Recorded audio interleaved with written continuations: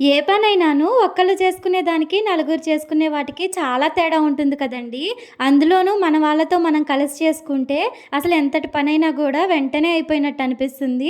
Hello అండి. నేను మీ నవీనాని. Welcome to our channel Naveena vlog. నిన్నైతే పిన్ని వాళ్ళొచ్చారండి. సో, పిన్ని వాళ్ళొచ్చిన కాడ్నించి ముచ్చట్లు పెట్టడమే సరిపోయింది నాకు.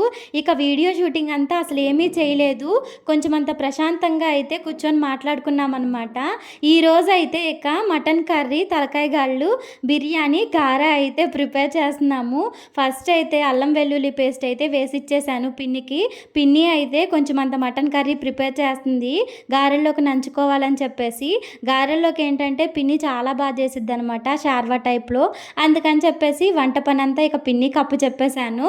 అంతే కదండి, మన వాళ్ళు ఎవరైనా వచ్చారంటే వాళ్ళకే ఇక పనంతా అప్పచెప్పేస్తాం కదా.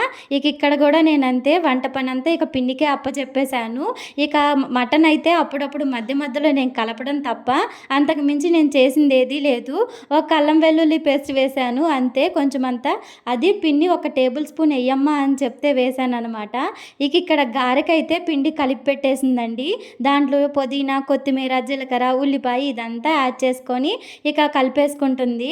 పిండి అయితే మిక్సీలో వేసుకునే దానికి, గ్రైండర్లో దానికి చాలా తేడా ఉందండి. అసలు ఇదైతే గ్రైండర్లో వేశాను కదా, చాలా ఒదిగొచ్చిందనమాట.